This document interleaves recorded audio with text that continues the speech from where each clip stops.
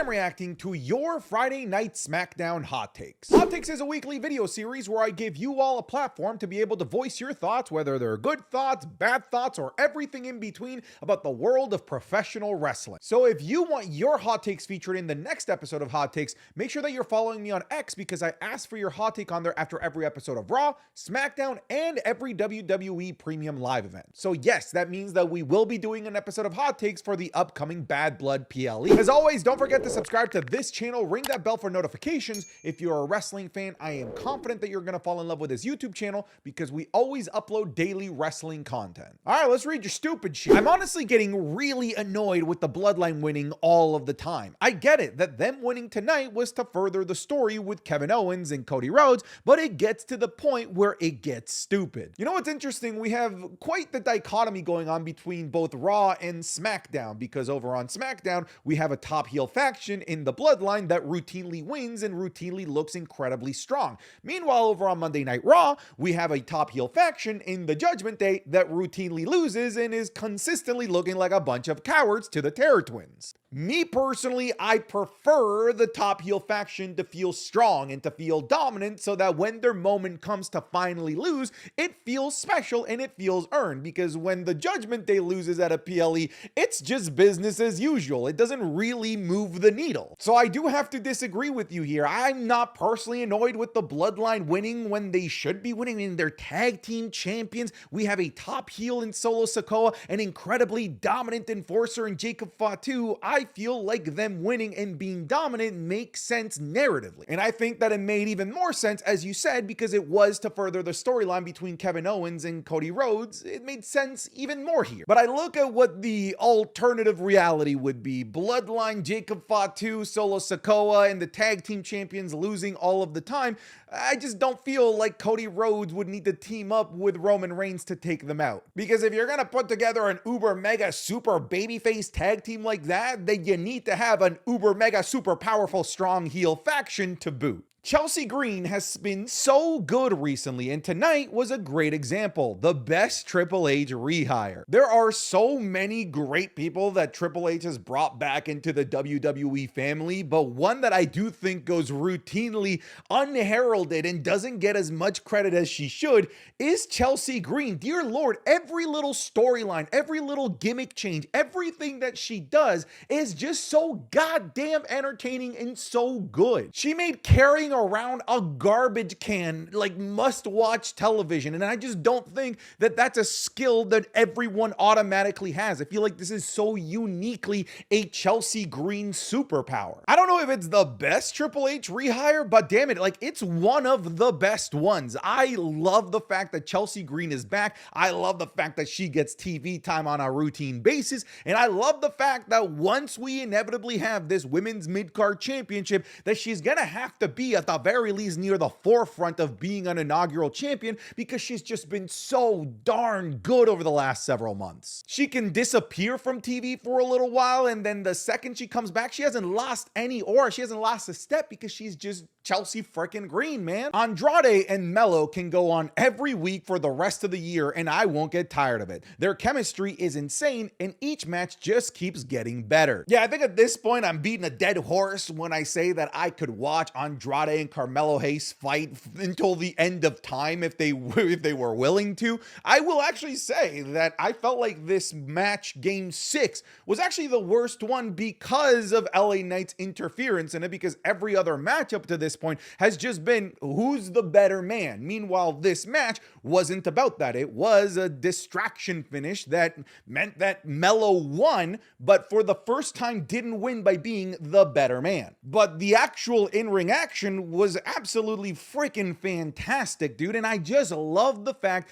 that these mid-card feuds actually mean something by simply just having the US champion on the show. Had Logan Paul been the champion during the Carmelo Hayes and Andrade feud, I feel like these guys would just be turning their wheels and it would just be leading nowhere. At the very least, with this feud, we have a destination. The destination is LA Knight, whether it's LA Knight versus Melo, LA Knight versus Andrade, a triple threat threat match. We have a destination as to where this is going, as opposed to just feeling like it's going nowhere, where it would have had Logan Paul been off TV with the championship. So albeit I didn't love that LA Knight got involved in Game 6, I still love the fact that LA Knight is part of this overall narrative, because just makes everything feel like it's got more importance and more stakes with every single victory. The stage is set up. It won't be Kevin Owens turning on Cody Rhodes, it will be Randy Orton. I don't think enough people are seeing those clues, but I think that that's it. That's the answer. I feel like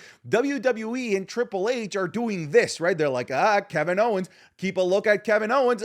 Just kidding. Now we got Randy. Oh, they both turn heel. What if that happens? What if it isn't just Kevin Owens losing his mind? What if it's Randy? What if it's both of them? This is why Triple H storytelling is so goddamn good. And this is why I just consistently at this point just tell people that are like, when's the face turn gonna happen? When's Austin Theory's gonna turn face? When's Kevin Owens gonna turn heel?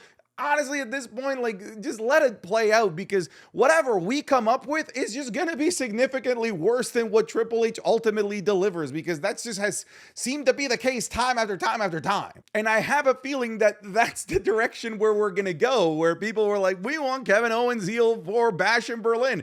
And I feel like I was guilty of that as well. But I just know that we're going to blink our eyes. The heel turn is going to happen, whether it's Kevin Owens and Randy Orton, a combination of both, or maybe both.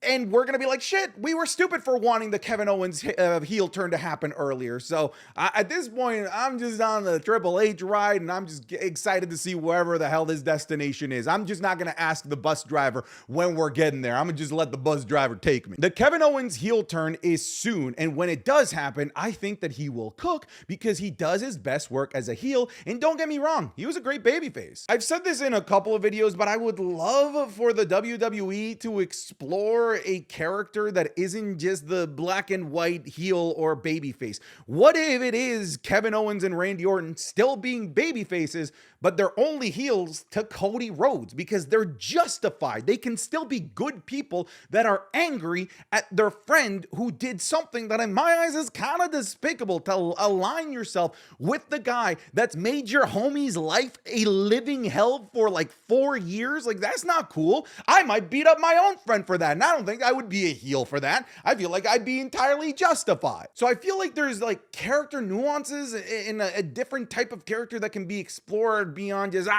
Kevin turn heel, why I oughta, Randy turn heel. I would love for them to explore something a little bit more meaningful and a bit more in depth, because humans are complex, man. Like, you can be a good person, you could be a baby face, and you can have those things that are justified, that in the eyes of some might make you a bad guy. Like, I feel like they should explore the entirety of the human emotion, as opposed to I'm good and I'm bad. Naomi should have won. So here's the thing. I was actually entirely okay with either of them winning. I would have loved to see Naomi versus Nia Jax at a premium live event, because I haven't really seen that yet. Meanwhile, I was okay with Bayley versus Nia Jax, because their match at SummerSlam was friggin' incredible. A match that completely caught me off guard. So honestly, I was just sort of down to see whatever the WWE wanted to feed me, because really what I'm interested in is, what is Tiffany Stratton doing as part of this storyline? We saw Nia Jax choking her.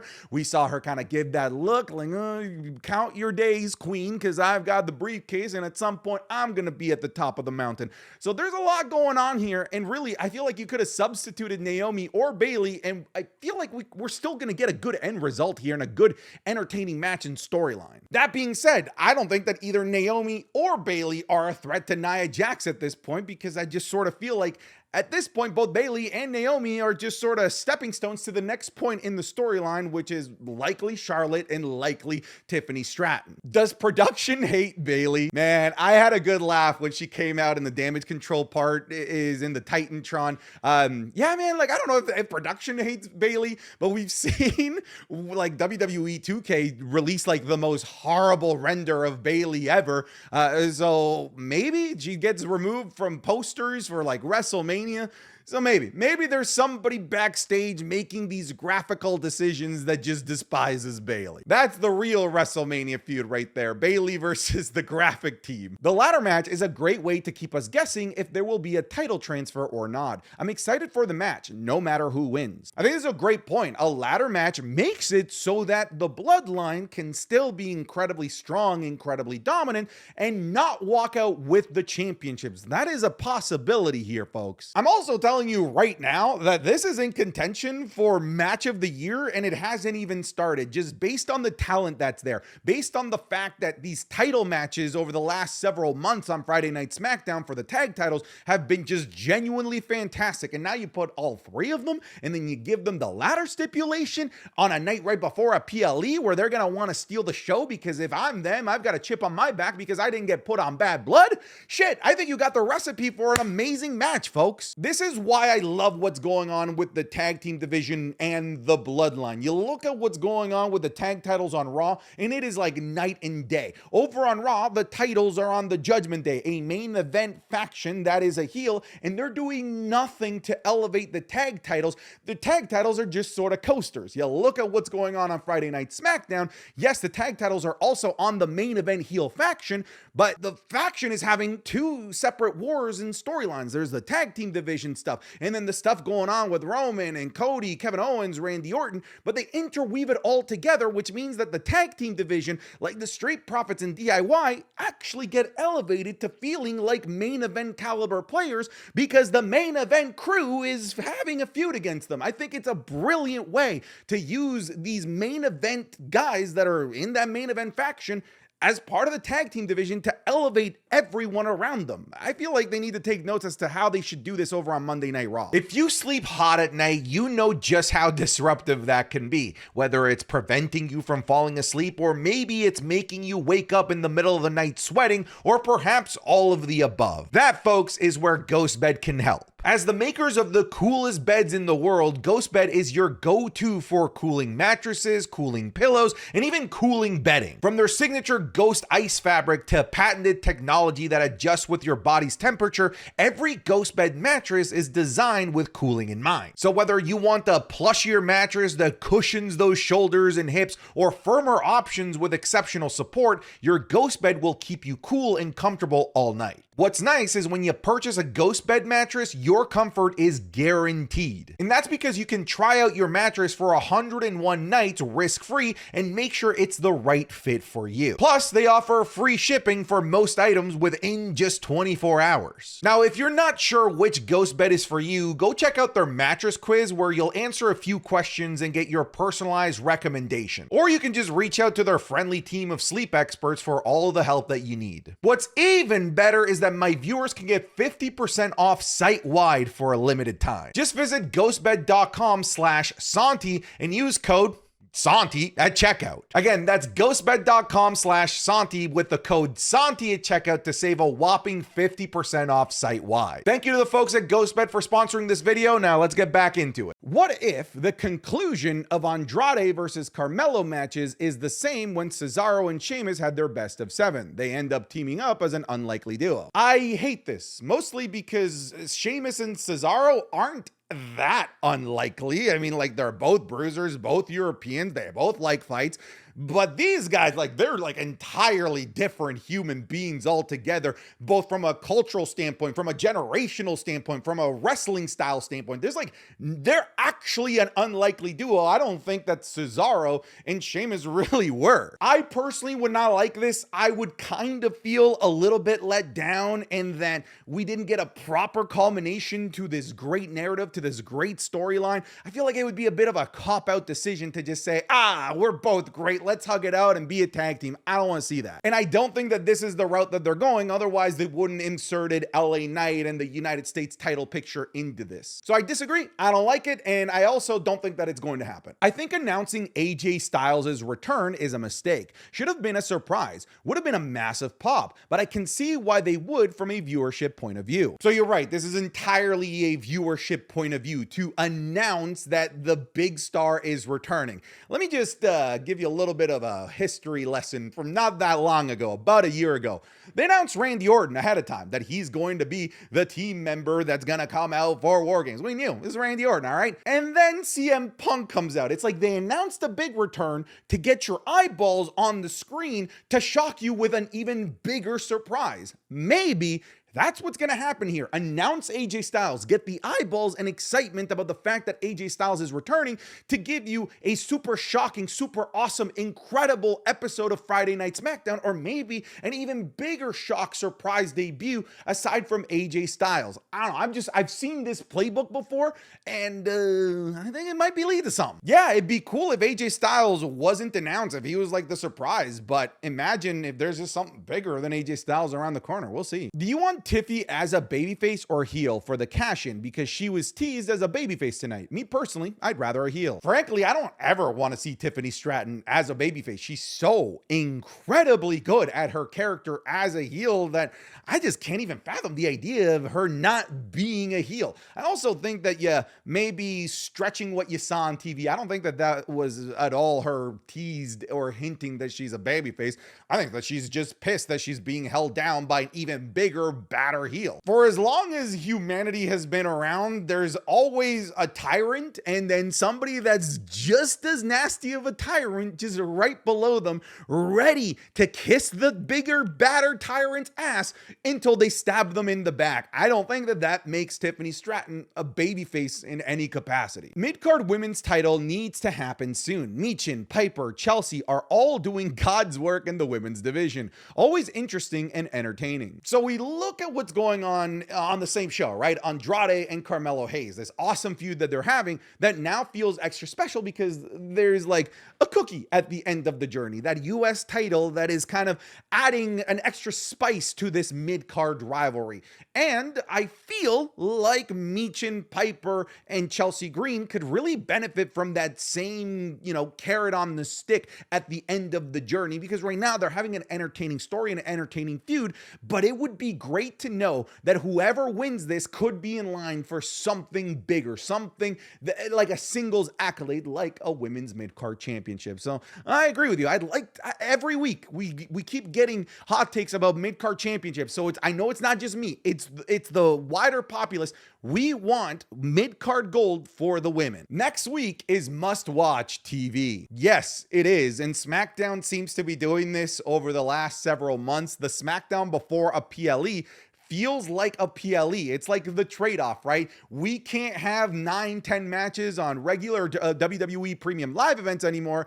Okay, we'll have 5, maybe 6, but then what we'll do is we will pack the previous episode of SmackDown and even Monday Night Raw, because that's got the last Monster Standing match, and make it feel like must-watch PLE-worthy TV. And that's what we're getting in this upcoming episode of SmackDown. It's what we got right before SummerSlam. It's what we got right before Bash in Berlin. It's what we got right before Money in the Bank. Like, we should now just expect these pre-PLE SmackDowns to just be super uber mega hype. I feel like that's a fair expectation now. AJ Styles should feud with Nakamura. Everyone else is in a feud and WWE aren't using both of them, so why not put these two in a feud? I mean, we've seen the feud before, but we didn't see it properly. We didn't see the real AJ Styles versus Nakamura that we deserved. The question is, has the train left the station?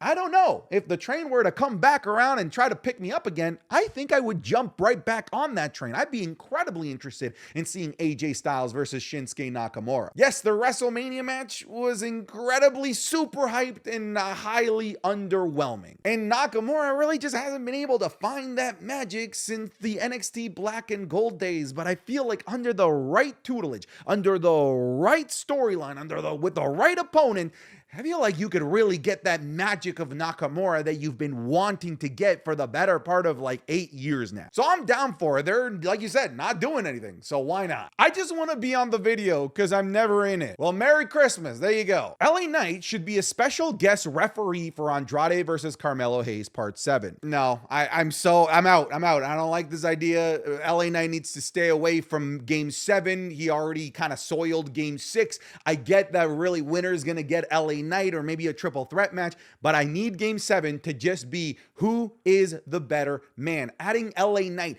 to really add this wrinkle doesn't make any sense to me. On top of that, when LA Knight is a special guest referee, he's going to be taking a lot of attention away from both Carmelo and Andrade. Attention that, let's face it, they fucking earned. Let's just let them have their moment under the sun with this Game 7 and let the LA Knight stuff happen after the fact. Bianca Belair and Jade Cargill hosting Bad Blood is interesting. The part where they said that there might be some surprises makes me curious. I keep saying it, and I'm going to keep saying it again. Because Jade Cargill and Bianca Belair are the women's tag team champions, those tag team championships are going to get the main event limelight until they lose these championships. And I think that this is a hilariously good example. They're not even on the card, but still the WWE recognizes that both Jade Cargill and Bianca Belair are such a great asset to their entirety of their product that they need to get them on a PLE in some way, shape, or form, even if it's not with a match. So them hosting is I guess, next best step. Like, let's be honest, if the Unholy Union or literally any other pair of women in the WWE were the WWE Women's Tag Team Champions,